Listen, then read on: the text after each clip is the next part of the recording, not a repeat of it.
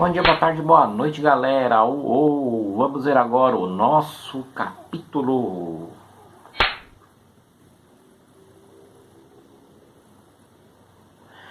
Vamos lá, né? Na cultura grega se produziu coisas que até hoje nos influenciam, como por exemplo a democracia, o direito, a filosofia, também o teatro, literatura. São muitas coisas, né? E tem também o helenismo, né, que foi aquele período em que o Alexandre o Grande dominou a Grécia e parte do norte da África e o Oriente, e isso houve uma mescla de culturas com a influência da cultura oriental, a chamada cultura helenística, né? Como nós já vimos, a cultura helenística ela é uma arte com formas mais dramáticas, né?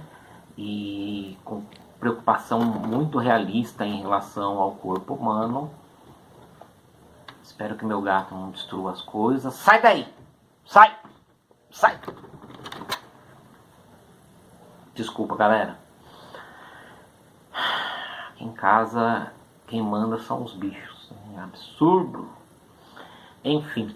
Então, os gregos tinham uma mente muito criativa, né? Criaram várias coisas das artes, da filosofia, do teatro, da democracia, né? Resumindo, leis, enfim, né? Só por que isso acontecia? O grego, ele não carregava um embrulho que fosse na rua. Vocês acreditam nisso? Pois é. O grego não carregava nenhum embrulho na rua. O grego não pregava um prego na parede. Nada. Por quê? Porque os escravizados faziam tudo. Na cabeça da civilização grega, das pessoas da civilização grega, trabalhar não era coisa de grego. Trabalhar era coisa de escravizado. E os escravizados geralmente eram estrangeiros, prisioneiros de guerra, ou gregos mesmo que caíam em dívidas e não conseguiam pagar, né? Então, infelizmente, a falta de liberdade da população fez com que houvesse espaço para a criatividade grega, né? Como o nosso mundo é bacana, né? Para alguém ser criativo, o outro tem que ser escravizado, né? É um absurdo.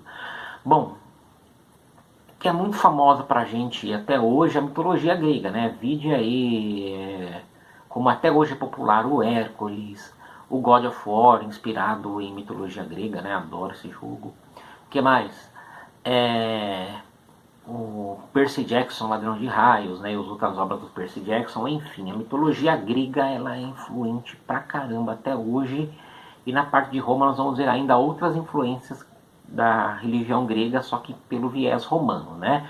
Os gregos acreditavam que existiam gerações diferentes de deuses, né? A primeira geração dos deuses era no princípio o caos, ou seja, não tinha nada. E existia o Eros, que era o amor, Gaia, que era a terra, e Urano, né? Gaia e Urano abraçados em relações permanentes, gerando vários filhos que eram parte do primeiro panteão grego, que são os titãs. Os titãs são deuses com características muito mais fortes de ligação com a natureza, tá? A Gaia é com a terra, né? O Cronos, que é o pai dos Zeus, o Cronos é o tempo, né? Então, os titãs são formas menos complexas de divindades, vamos pensar assim. E, inclusive existe a titanomaquia, que foi isso? A guerra entre os deuses e os titãs, né? Na verdade, a substituição de um panteão com personalidades divinas menos complexas por um outro com personalidades divinas mais complexas, né? Os deuses gregos eles são fascinantes, né? Os deuses gregos eles são antropomórficos, ou seja, se parecem com gente, eles têm diversos tipos de temperamento, né? Eles se divertem, eles riem, eles dançam, eles bebem vinho, eles se apaixonam por mortais, eles têm filhos semideuses, né? Com os mortais, né? Isso vai influenciar de alguma maneira o cristianismo, né? Filho de uma divindade com uma mortal, né? E na titanomaquia, né? O Cronos havia derrotado o seu pai Urano, né? Porque ele forçava a mãe a ter diversas relações. O Cronos foi lá e matou o Urano, né? castrou Urano e matou. Se separou da mãe, né? O céu foi parar lá em cima e a mãe, a terra, ficou embaixo. Só que também o Cronos foi morto pelo filho, pelo Zeus. Pois pelo Zeus. Por quê? Porque o Cronos tinha medo de perder o poder, ele devorava os seus filhos. São também filhos de Cronos o Hades, que é o deus dos infernos, e o Poseidon, que é o deus dos oceanos, os 3 filhos de Cronos. Então, o Zeus foi lá, derrotou Cronos, ressuscitou os seus irmãos, e aí esse novo panteão, o dos deuses, passou a ser cultuado pelos gregos. A relação dos gregos com seus deuses era aquela coisa meio de pedir favores, acendiam velas, faziam oferendas de animais, libações, que é derrubar líquidos, acreditavam que os deuses interferiam na política, que eram os deuses que lhes davam as vitórias como as que ocorreram contra os persas. Também para cultuar esses deuses, os gregos faziam os jogos, jogos esportivos, os mais famosos as Olimpíadas, que ocorria em homenagem aos deuses do Olimpo, de 4 em 4 anos, disputada apenas por homens e assistida também apenas por homens. As mulheres não assistiam. Bom, os deuses gregos serão um pouco mais tarde assimilados também pelos romanos, com outros nomes e algumas características diferentes. Nas aulas de Roma a gente vê isso melhor. Continuando aqui, o teatro ele nasceu para ridicularizar o poder, para tirar um barato. Os gêneros que mais existiam no teatro grego eram a comédia e a tragédia.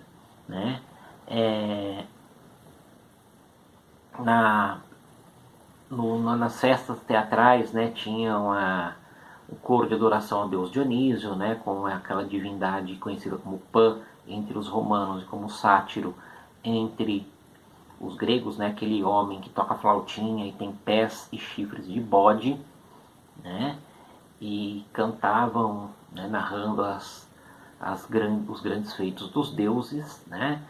O teatro também era só feito por homens e só os homens assistiam às peças teatrais. Eles usavam máscaras e quando era papel feminino eles representavam o papel da mulher. Já viram lá aquele símbolo do teatro, que é uma máscara sorrindo e outra máscara triste, para representar a forma dos gregos de fazerem teatro, já que foram eles que inventaram. E também uma forma de representar que era um teatro feito com máscaras mesmo. As pessoas usavam máscara. O primeiro grande autor teatral foi o Ésquilo, que ele escreveu as obras mais importantes, Os Persas, 7 contra Tebas e Prometeu Acorrentado. Quem joga God of War conhece a história do Prometeu, porque o Prometeu está sendo lá torturado e o Kratos vai lá acabar com a tortura dele, do jeito Kratos, vocês que jogam, vocês sabem. Então, são as obras que eram principalmente encenadas no teatro do Epidauro, lá no Peloponeso. Era um teatro muito grande que tinha uma excelente acústica. Continuando aqui, diferente do Ésquilo, havia o Sófocles. Sófocles. Ele escrevia mais sobre questões existenciais, assim, do ser humano tentando se encontrar, das contradições da vida, dos relacionamentos, Uma das peças mais famosas dele é do Édipo Rei. O Édipo, ele se apaixona pela mãe e mata o pai. Pesado, Também tem Antígona. E aí também tinha um outro autor que era o Eurípedes, que fazia personagens mais humanos, Também os mais conhecidos dele, As Bacantes e Medeia. Outro que existia de autor teatral era o Aristófanes, que também tirava o maior barato na política, ridicularizava os políticos. Na sua obra Os Cavaleiros ele tirava os políticos como incompetentes, e que eles só tinham interesses em governar apenas para sua própria riqueza. O Aristófanes ele era terrível, ele escreveu As Rãs e as Nuvens. Eram comédias que a galera ria bastante. E a filosofia vem do grego amor à sabedoria, né? Então os primeiros filósofos eles eram gregos. Peraí, só um minuto.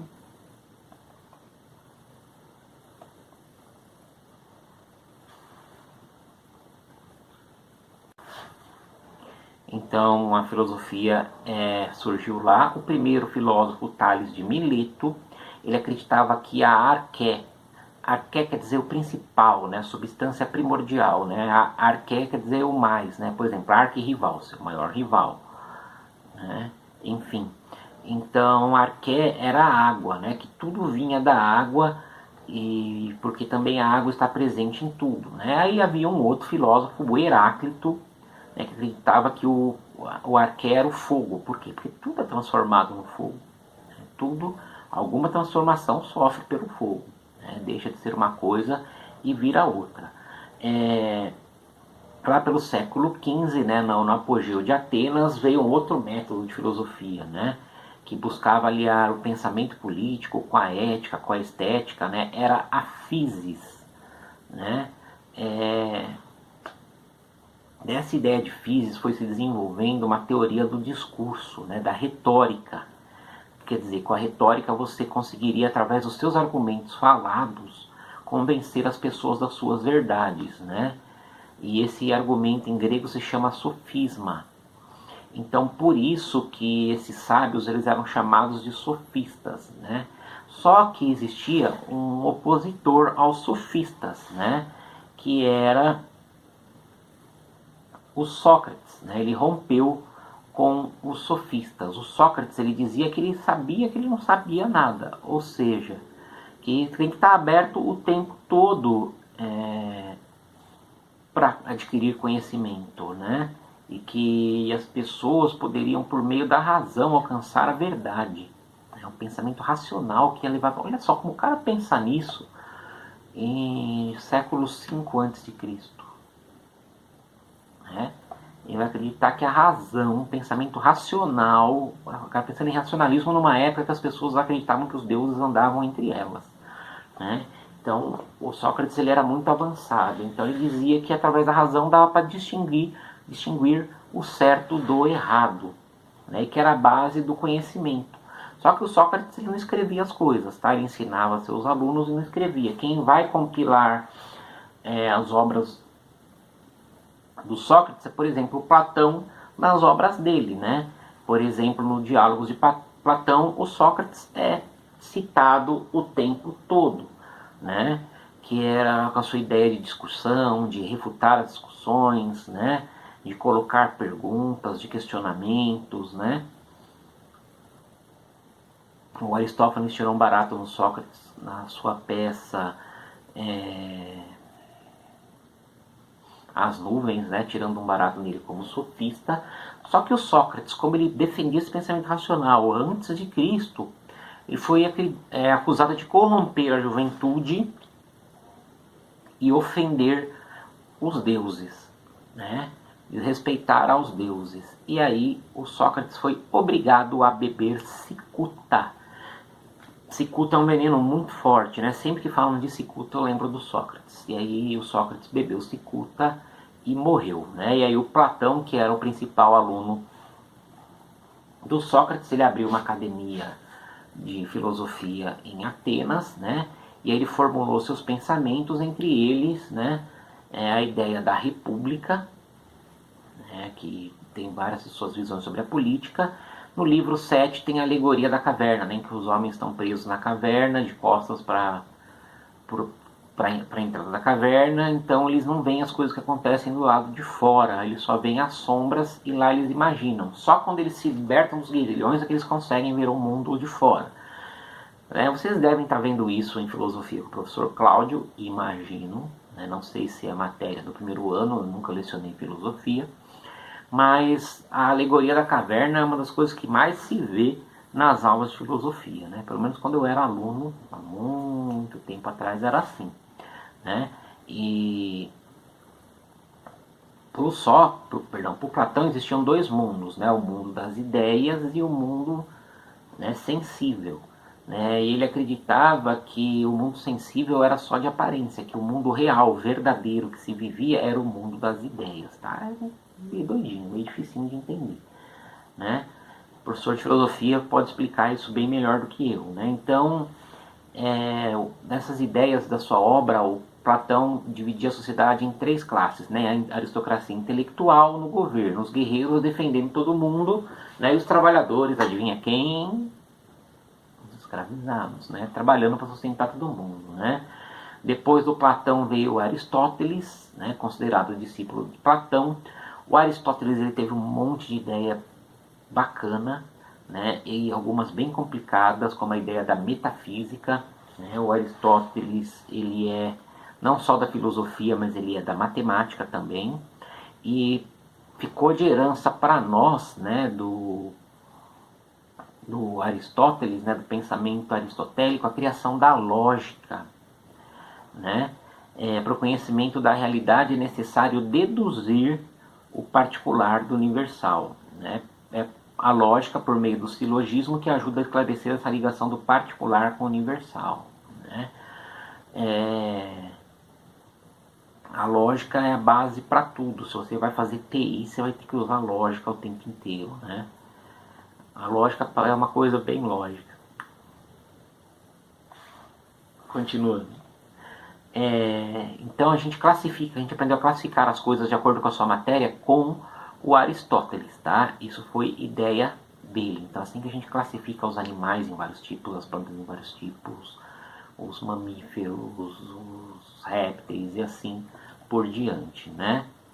Bom, na literatura grega o famosão é o Homero, né? Homer, com as suas obras Ilíada e Odisseia. Ilíada narra a Guerra de Troia, Odisseia narra os grandes feitos do Ulisses, mas dizem que, alguns historiadores estudiosos, que o Homero ele não criou essas histórias, ele ouvia, né, os aedos correspondentes gregos aos bardos, aqueles que cantam menestréis, né, aqueles que cantam os grandes feitos das pessoas, e aí ele compilou essas ideias, né,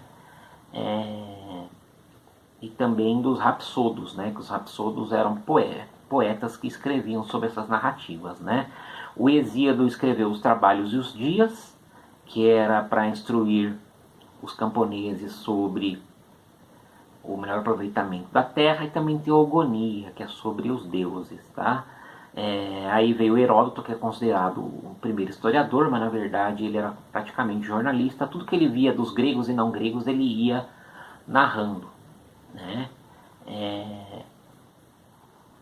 Ele já se preocupava com a veracidade dos fatos, com a análise dos documentos. Né? Ele é conhecido como o pai da história, né? Não por menos um historiador brasileiro famoso também se chama Heródoto, né? Heródoto Barbeiro, que é historiador e jornalista. Vocês talvez o conheçam como jornalista, né? Um outro historiador importante foi o Tucídides, que estudou a Guerra do Peloponeso, né? Uma guerra civil entre os gregos, e ali ele aproveitou para analisar discursos, né? Porque era considerada a maior guerra daqueles tempos. Então ele analisava os discursos, analisava os recursos políticos, né? E observava muito o Péricles.